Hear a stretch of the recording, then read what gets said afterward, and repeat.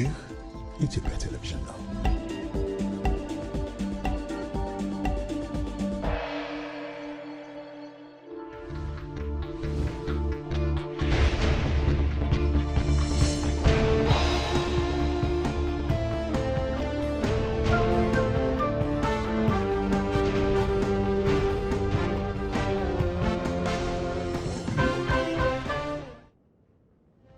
ጤና ይስጥልኝ በድጋሚ እንደምናመሻችሁ የተከበራችሁ ተመልካቾቻችን፣ አንድ ሰዓት ሆኗል። ከኢትዮጵያ ቴሌቪዥን ምዕራፍ 2 የቲቪ 57 ዜናዎችን ይዘን ቀርበናል። አበይት ርዕሶቹን አስቀድማለሁኝ። ለ7 ዓመቱ የለውጥ ትሩፋቶች እውቅና የሚሰጡ የድጋፍ ሰልፎች በተለያዩ የሀገሪቱ ከተሞች ተካሄዱ።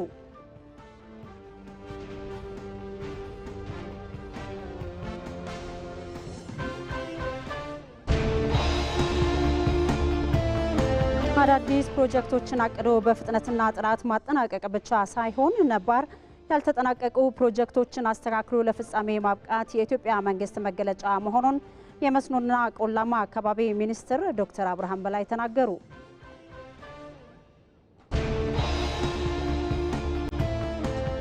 ታላቁ የኢትዮጵያ ህዳሴ ግድብ ግንባታው ከተበሰረ ዛሬ ድፍን 14 ዓመታት ሆነዋል። ባለፉት የለውጡ 7 ዓመታት በተወሰደው ቁርጠኛ እርምጃ ግድቡ ከገጠመው ችግር ወጥቶ ወደ ማጠናቀቂያ ምዕራፉም ተሻግሯል።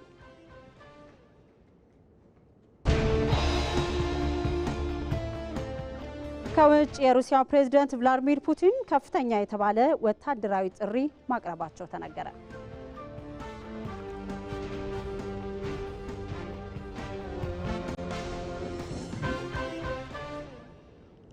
ከዜናዎቹ ጋር አልጋነሽ ተካነኝ፣ አብራችን ቆዩ።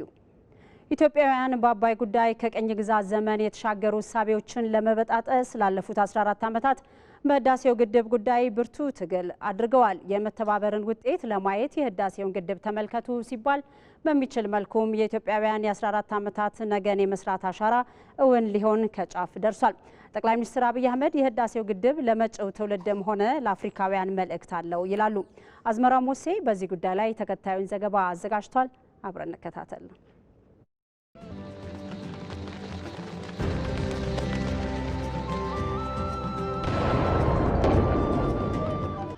ኢትዮጵያውያን በአባይ ጉዳይ ከቅኝ ግዛት ዘመን የተሻገሩ አያሌ ውስብስብ የእጅ አዙር የቅኝ ግዛት እሳቤዎችን ለመበጣጠስ ላለፉት 14 ዓመታት በህዳሴው ግድብ ጉዳይ ብርቱ ትግል አድርገዋል።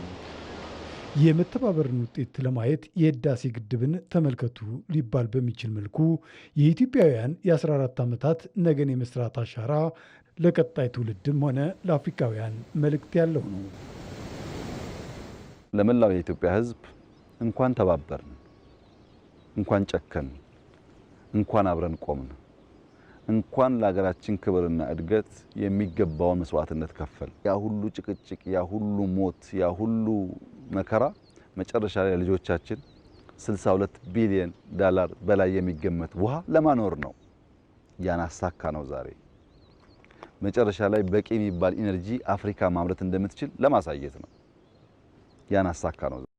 በተለይ ባለፉት 7 ዓመታት የግድቡ ግንባታ መፋጠን ያሳሰባቸው አካላት ብዙ እንቅፋቶችን በየቦታው ቢያስቀምጡም አይበገሬ የአባይ ዘመን ትውልድ ተፈጥሮ ነበርና ሕይወቱን ገብሮ ግድቡን ዳር ለማድረስ እንቅፋቶችን ሁሉ መንገድ ሲያበጅባቸው ታይቷል። ሊያደናቅፉን የሞከሩ ኃይሎች ገለውን ሊሆን ይችላል፣ ሰዎች አፈነውብን ሊሆን ይችላል፣ አንዳንድ መኪና ጎርተውብን ሊሆን ይችላል። ግን አላቆሙንም። ስራውን ጨርሰናል። አሁን የታላቁ የኢትዮጵያ ህዳሴ ግድብ ኢትዮጵያውያን ለ14 ዓመታት በደማቅ ተጋድሎና የሀገር ክብር በደም አሻራቸው ያቆሙት በሚል የታሪክ ድርሳን ሊጻፍ ጫፍ ደርሷል።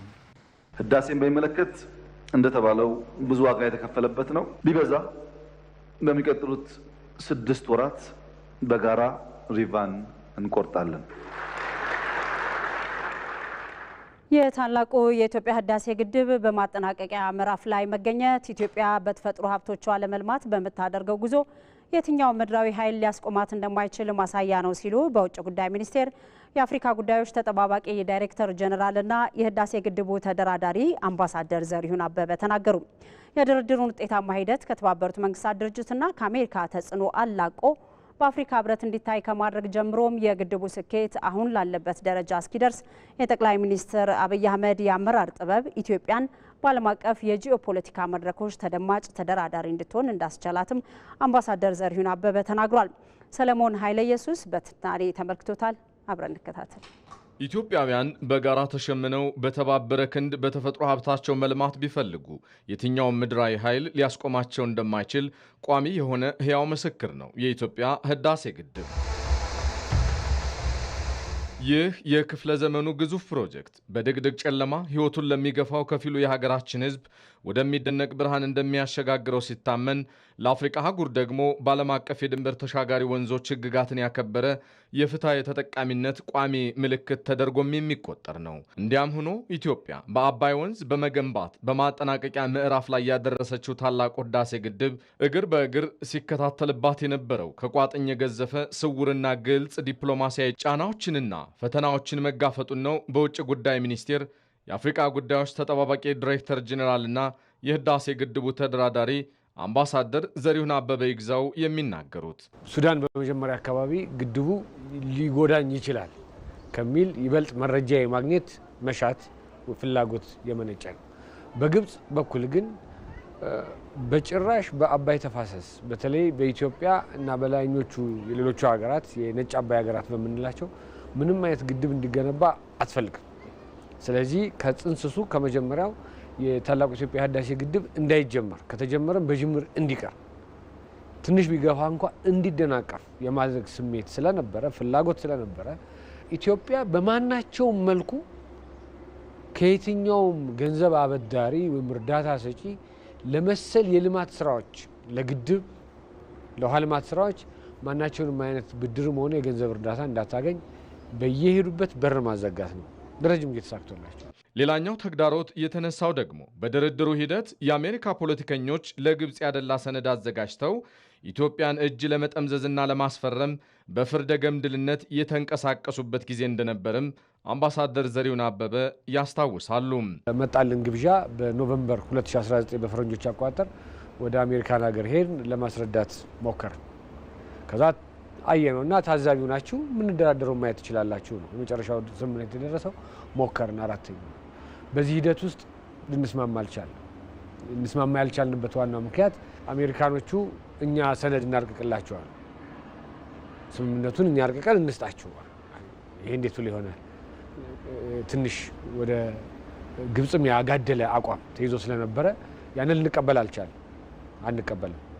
ስለዚህ ማንቀበልበት ዋነኛው ምክንያት ደግሞ ፍትሃዊና ምክንያታዊ አጠቃቀም መሰረት ያደረገ አካሄድ አይደለም። ይሄ በታሪኩ ነው የማያውቅም፣ ለወደፊትም አይሆንም። እነኚህን ውጣ ውረዶች በጥበብ አልፎ በጉባ ሰማይ ስር በማጠናቀቂያው ምዕራፍ ላይ በኩራት የሚገማሸረው ታላቁ ህዳሴ ግድብ ኢትዮጵያን በዓለም አቀፍ መድረኮች ከፍ ያለ የመደራደር ዲፕሎማሲያዊ ስኬትንም አጎናጽፏታል። የኢትዮጵያ ፍትሃዊነትን ለማስፈን የተደረገ እንቅስቃሴ በሁለት እንደተሳለ ጎራዴ አሸናፊ ሆኖ ወጥቷል። አንድም ተግባራዊ የሆነ ነገር በመስራት የታላቁ ኢትዮጵያ ህዳሴ ግድብና ሌሎች ፕሮጀክቶች ጣና በለስ፣ ቆጋ፣ ተከዜ ሌሎች መሬት ላይ በመስራት የሚያስቆሙ የለም ማለት ነው። ይህንን እውነታ አንደኛው ይህንን ነው። ሁለተኛው በቀጠናው በተለይ ደግሞ የናይል ተፋሰስ አገራት ዘንድ ይሄ አስተሳሰብ እንዲሰፍን ማድረግ ችለናል። ለዚህ ትልቁ ማሳያ የናይል የትብብር ማዕቀፍ የምንለው ወይም ኮኦፕሬቲቭ ፍሬምወርክ አግሪመንት የሲኤፍኤ የምንለው መፈረም ብቻ አይደለም ጸድቆ ወደ ስራ እየገባ መሆኑ ነው። ወትሮም ቢሆን የድርድሩ ሂደት በተባበሩት መንግስታት ድርጅት በዓለም ባንክና ከአሜሪካ መንግስት አውጥቶ በአፍሪካ አህጉር እንዲታይ ከማድረግ ጀምሮ በፕሮጀክቱ አስተዳደር ላይ በቀደምት ዓመታት ይታይ የነበረውን ደካማ አፈጻጸም ከመሰረቱ ገምግሞ አሁን ላለበት የሚያስደንቅ አፈጻጸም ጠቅላይ ሚኒስትር አብይ አህመድ የወሰዱት እርምጃ በዓለም አቀፍ መድረኮች ቅቡልነት ያመጣ የውሃ ዲፕሎማሲ ጉዞ እንድንጓዝ ረድቶናል ይላሉ አምባሳደር ዘሪሁን አበበ። ኤሌክትሮ መካኒካልና ሃይድሮ መካኒካል ስራውን እንዲሰራ ንዑስ ተኮናታሪ ሆኖ የገባው ሰብ ኮንትራት የወሰደው ግን የሀገር በቀል ድርጅት በወቅቱ አጠራር ሜቴክ የሚባለው ነበር። እሱ ይሰራቸው የነበሩ ኤሌክትሮሜካኒካል፣ ሃይድሮሜካኒካል ስራዎች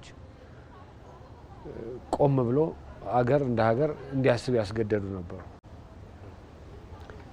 በዚህ ምክንያት 2018 በፈረንጆች አቆጣጠር ጠቅላይ ሚኒስትር አብይ ወደ ስልጣን ሲመጡ የመጀመሪያ የወሰዱት እርምጃ የፕሮጀክት ማኔጅመንቱን የማየት ያሉ ስህተቶች ፍንትው ብሎ ታዩ። ያንን የማስተካከል ስራ የዲፕሎማሲውን ስራ በከፍተኛ ደረጃ ነው ያገዘው። ተጽዕኖ መፍጠሪያ መንገድ ነው። ይሄው ያየኸው አይደል? ግድቡ ሞላኩ ግን የደረሰብህ ጉዳት አለ የለም እያልክ ለመናገር ያስችላል። ይህ የሁሉም ኢትዮጵያውያንን የድል ብስራት ዜናን የያዘው የምስራች ከጉባ ተራሮች ስር ነጋሪቱ ሊጎሰም የጥቂት ወራት ዕድሜ ብቻ ቀርተውታል። ዛሬ የኢትዮጵያውያን ህብረት የታየበት የዚህ ዘመን የትውልዱ አድዋ የሆነው ታላቁ የኢትዮጵያ ህዳሴ ግድብ ግንባታ የተበሰረበት ቀን ነው። ታላቁ የኢትዮጵያ ህዳሴ ግድብ ግንባታው ከተበሰረ እነሆ ዛሬ መጋቢት 24 ቀን ድፍን 14 ዓመታት ተቆጥሯል። 2003 መጋቢት ወር ላይ የተጀመረው ግድቡ ግንባታውን በአጭር ዓመታት ለመጨረስ ቢታሰብም በተለያዩ ውስጣዊና ውጫዊ ችግሮች ምክንያት በተባለለት ጊዜ ሊያልቅ አልቻለም። የለውጡ መንግስት ወደ ስልጣን ከመጣ በኋላ በወሰደው ቁርጠኝነት የተሞላበት ውሳኔ ግን ግድቡ የነበሩበት ችግሮች ተፈተውለት አሁን ላለበት ስኬት ሊበቃ ችሏል። ለመሆኑ ያለፉት 14 ዓመታት የታላቁ የኢትዮጵያ ህዳሴ ግድብ ግንባታ ያለፈበት ውጣ ውረድ ምን መልክ አለው? ባልደረባችን ዮሐንስ ፍስሐ ሂደቱን በዚህ መልኩ ያስቃኘናል። የብዙ ሚሊዮኖች የብርሃን ተስፋ የኔ ትውልድ አርማ ስለሆነው ታላቁ የኢትዮጵያ ህዳሴ ግድብ እናውራ። Ethiopia is building a huge The Grand Renaissance Dam is Africa's biggest hydro project for hydroelectric power. ይህ ብሔራዊ ፕሮጀክት እስካሁን በምን አይነት ውጣ ውረዶች አለፈ? አሁን ላይ ግንባታው ምን ደረጃ ላይ ይገኛል? የህዝቡ ርብርብ ምን መልክ ነበረው? በቀጣይ የሀገርን እድገት በመበየን ረገድስ ምን ሚና አለው?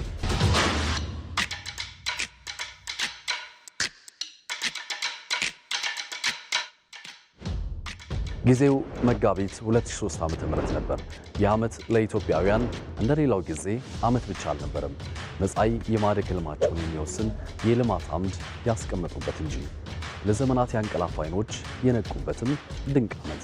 እንደ ዘበት አባይን ግራና ቀኝ ሲያዩ የነበሩ የጉባና ሰዳል ተራሮች ለልማት እጅ የሰጡበት ከዕለትም ትንግርታዊ ዕለት መጋቢት 24 የግድቡ ግንባታ ተበስሯል። እልህና ቁጭት በልቡ ውስጥ ቋጥሮ የነበረው ህዝብም ይህንን ሲሰማ አደባባይ ለመውጣት አልዘገየም። ለግድቡ ግንባታም ገንዘብ ያለው በገንዘቡ፣ ጉልበት ያለው በጉልበቱ፣ ሌላው በጸሎቱ ለማገዝም ቃሉን አሰረ። ለአባይ ግድብ በማህፀን ካሉ ህፃናት፣ በመቃብር ካሉ ሙታን በቀር ኢትዮጵያዊ የሆነ ሁሉ መተባበር አለበት። ግንባታው 2 ዓመታትን ተጓዘ። ግንቦት 2005 ዓ.ም በታላቁ የኢትዮጵያ ህዳሴ ግድብ ግንባታ ሂደት ውስጥ የመጀመሪያው አይን ገላጭ የሆነው ክንውን የተሰራበት ጊዜ ነው። ይህም የወንዙን ተፈጥሯዊ ፍሰት ማስቀየር ተችሏል። ይህ ስራ ከኢትዮጵያውያን ማህፀን ፈልቆ ማደሪያ አጥቶ ግንድ ይዞ ይዞራል ተብሎ የተተረተበትን አባይ በቤቱ እንዲያድር መሰረትም የጣለ ነበር። በብዙ መውጣትና መውረድ የግድቡ ግንባታ ቀጥሏል። የጊዜ ሰሌዳው ከአንዱ የህዳሴ ግድብ ደማቅ የታሪክ ጥፋት ጋር ያገናኘናል። ሐምሌ 2012 ክስተቱ ደግሞ የመጀመሪያው የውሃ ሙሌት። ግድባችን እዚህ ለማድረስ እና ለመጪው ግድባችንን ለማጠናቀቅ የስኬት ምንጫችንና ጉልበታችን ህዝባችን ነው። ከህዝባችን ድጋፍና ከህዝባችን ሞራል የተቀዳው የአመራር ጥበብና የሁሉም አካላት ታሪክ ሰሪነት እዚያ ያደርሶናል።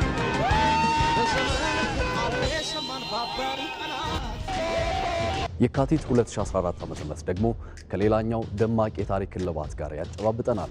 ኢትዮጵያውያን ያለመታከት ለዘመናት ላብና ደማቸውን ሲለግሱት የነበረው የህዳሴ ግድብ የብርሃን ጸዳሉን ለህዝቡ የፈነጠቀበት ነበር። ይህም ክስተት ኢትዮጵያዊነት መገለጫው መተባበር ውጤቱ ብሎም አንድነት ኃይል መሆኑን በገሃድ የታየበትም ነው። የግድቡ ግንባታ ባወራነው መልኩ መንገዱ አልጋ ባልጋም አልነበረም። በምልሰት ዓመታትን ወደ ኋላ ልውሰዳችሁ። የግድቡን የኤሌክትሮሜካኒካል ስራ ሲያከናውን የነበረው ሜቴክ ስራውን በቅጡ ሊያስኬድ አልቻለም። በጊዜው ይህንን መስማት ለኢትዮጵያውያን ጎምዛዛ ሐቅም ሆነ። በዚህ ምክንያት ለግድቡ ሲቪል ስራ ራስ ምታትም ከመሆኑ ባሻገር ለውጡ እስኪመጣ ድረስ የግድቡ ግንባታ ሂደትም እንዲቋረጥ ማስገድዷል። የመጀመሪያው 6፣ 7፣ 8 ወራት የኛ ስራ የነበረው ችግሩ ምንድነው? እንዴት ተፈጠረ? እንዴት ይፈታል? በዝርዝር መገምገም ነው። ከገመገምን በኋላ ደግሞ ጠንከር ያለ ውሳኔ መወሰን ነው። ፕሮጀክቱ ስለምንፈልገው በጊዜ ማለቅ ስላለበት ልምድ ያለው ብቃት ያለው መስራት የሚችል ኃይል እናስገባ ብለን አጠቃላይ የአመራር ለውጥ በቦርድ በመብራት ኃይሉ በፕሮጀክቱ በብዙ መንገድ የአመራርና የኮንትራት ለውጦች አካሂደ። ከግንባታው ጋር በተያያዘ የነበረው ችግር ተፈቶ ስራው ቢቀጥልም አሁንም ከግራና ከቀኝ የሚወረወሩ ፈተናዎች አላቆሙም። በተለይ ግብጽ የሶስትዮሽ ድርድሩ በቅኝ ግዛት ስምምነት ካልተቃኘ አሻፈረኝ በሚል በርካታ መድረኮችን ያለ ስምምነት እንዲበተኑ አድርጋለች። ከዚህም ባለፈ በታሪክ ተደርጎ በማይታወቅ መልኩ በተደጋጋሚ የግድቡ ግንባታ በተባበሩት መንግስታት የጸጥታው ጥበቃ ምክር ቤት አጀንዳ ሆኖ እንዲቀርብ ተደርጓል። በተጨማሪም ልዕለ ኃያሏ አሜሪካ ሳትቀር በመሪዎቿ ጭምር የቀጥታ እጅ ጥምዘዛ ሙከራዎችንም ሲደረጉ ተስተውሏል። አድካሚው የኢትዮጵያውያን ጉዞ የዋሻው የብርሃን ጫፍ ላይ የደረሰ ይመስላል።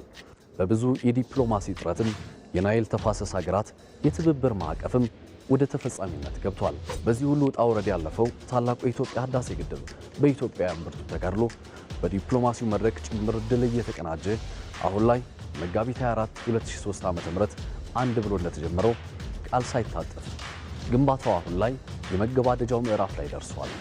ኢትዮጵያውያን ከተባበሩ አንድ ከሆኑ የማይናድ ቋጥኝ የማይሸሽ ተራራ እንደማይኖር ከህዳሴ ግድብ ውጭ እማይ ሊኖር አይችልም። አዳዲስ ፕሮጀክቶችን አቅዶ በፍጥነትና ጥራት ማጠናቀቅ ብቻ ሳይሆን ነባር ያልተጠናቀቁትን እንዲሁ አስተካክሎ ለፍጻሜ ማብቃት የኢትዮጵያ መንግስት መገለጫ መሆኑን የመስኖና ቆላማ አካባቢ ሚኒስትር ዶክተር አብርሃም በላይ ተናግሯል። መንግስት የጋራ ትርክትን በመገንባት ሀገራዊ አንድነትን ለመፍጠር ፕሮጀክቶቹ ያላቸው ፋይዳ የጎላ መሆኑንም ነው የገለጹት። ሳራ ሳህለ ስላሴ ዝርዝር አላት። የፕሮጀክት አፈጻጸም መጓተት ህዝብንና መንግስትን ለተጨማሪ ወጪና እንግልት ይዳርጉ እንደነበር በተለያየ ጊዜ ይገለጻል። የለውጡ መንግስት ወደ ስራ መግባቱን ተከትሎ ግን እነዚህ የፕሮጀክት አስተዳደር ግድፈቶች ታርመው ፕሮጀክቶች በምዕራፍ ተከፋፍለው በፍጥነት እንዲጠናቀቁ ሆኗል ሲሉ የመስኖና ቆላ አካባቢ ሚኒስትሩ ዶክተር አብርሃም በላይ ይናገራሉ። በአንዴ እነዚህ እስካሁን የሰራናቸው ፕሮጀክቶች በአንድ ጊዜ መጀመሪያ ጀምረን እንሰራቸዋለን ብንል ሁሉም ሳይሰሩ ግን ተጀምረው የሚቆሙ ፕሮጀክቶች ይሆኑ ነበር። ስለዚህ ፕሮጀክቶቻችንን በየምዕራፉ ከፋፍለን በተግባርና በውጤት እያሳየን ባቀድናቸው ልክ እየፈጸምን በጥራት እየፈጸምን በፍጥነት እየፈጸምን ከሄድን ነው ስራዎች ውጤታማ ሆነው ማደግ የምንፈልገውን ውጤት ማሳካት የሚችሉት የሚልም እሳቤ አለ። ለዛ ነው የገበታ ፕሮጀክቶቻችን በምዕራፍ ተከፋፍለው የተሰሩት። የተሻለ የፕሮጀክት አስተዳደር ስርዓትን በመተግበርም ነባር ፕሮጀክቶችን በፍጥነት ማጠናቀቅ ተችሏል። የኮይሻ ኃይል ማመንጫ ፕሮጀክት ከለውጡ በፊት በብድር ይሰራል ተብሎ የተጀመረ ግን ሄዶ 18% ላይ ተሰርቶ የቆመ ፕሮጀክት ነው የነበረው።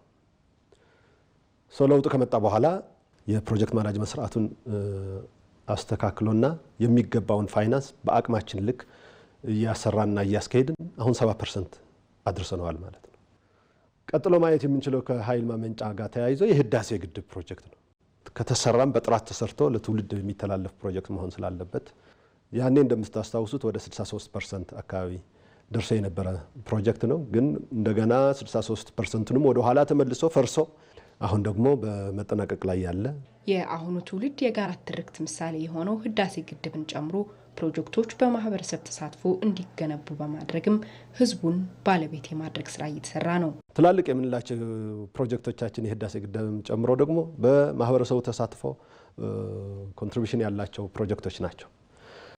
ስለዚህ ይሄም እሳቤ ማህበረሰቡ የፕሮጀክቱን ባለቤት እያደረገ የስራዎቹ ባለቤት እያደረገ በሚችለው ኮንትሪቢዩት እያደረገ ከመንግስት ጋር በጋራ በመሆን ነው ሀገር ግንባታን ማረጋገጥ የሚቻለው። ከሀገራዊ ፕሮጀክቶች ግንባታ ባሻገር የለውጡ መንግስት ሀገራዊ መግባባት በሚደረጅበት ሁኔታ ላይም እየሰራ መሆኑን ሚኒስትሩ ይገልጻሉ። ሁሉም አንድ ሆኖ መግባባት አይቻልም። ግን አብዛኛው የሀገሪቱ ማህበረሰብ እና ዜጋ ተማምነው በውሳኔም ቢሆን ወስኖ የሚያግባባ ነገር ይዞ ወደፊት መጓዝ ያስፈልጋል። እነዛ የልዩነት ምክንያቶች የሆኑ የግጭት ምክንያት እየሆኑ ያሉ ግን ቀላል የሚመስሉ በሂደት ግን ካልተፈቱ ችግር እየሆኑ የሚቀጥሉ ነገሮችን በሀገራዊ መግባባት ስርዓት እንዲፈቱ ይህንን አይነት ኢኒሺዬቲቭ ተጀምሯል።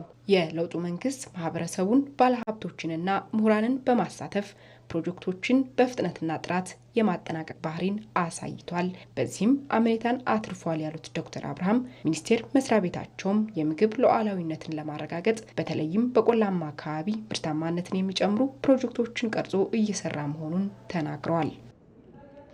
ወደ ውጭ ዜና አልፈናል። የሩሲያው ፕሬዝዳንት ቭላዲሚር ፑቲን ከፍተኛ የተባለ ወታደራዊ ጥሪ ማቅረባቸው ተነግሯል። ፕሬዝዳንቱ 160 ሺህ የሀገሪቱ ዜጎች ጦር ኃይሉን እንዲቀላቀሉ ጥሪ አቅርቧል። በላይ በቀለ ትንታኔ ያለው። የሩሲያው መሪ ያኔ 200 ሺህ ሰራዊታቸውን ሲያሰማሩ በቀናት ውስጥ ዋና ከተማ ኪቭን ተቆጣጥሮ የልባቸውን እንዲሞላ ነበር። አፍቃሪ ምዕራባውያን የሚሉትን መንግስት አስወግዶ ዩክሬንን በሩሲያ መዳፍ የማስገባት ዓላማን ያነገበ ዘመቻ።